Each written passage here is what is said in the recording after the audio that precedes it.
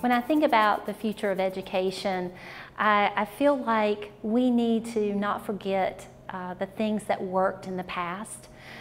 We need to bring those along and just infuse them with new ideas and new ways of engaging students. I really would encourage teachers to step outside of their boxes and really look for ways that help students have hands-on experience and really make connections to their learning.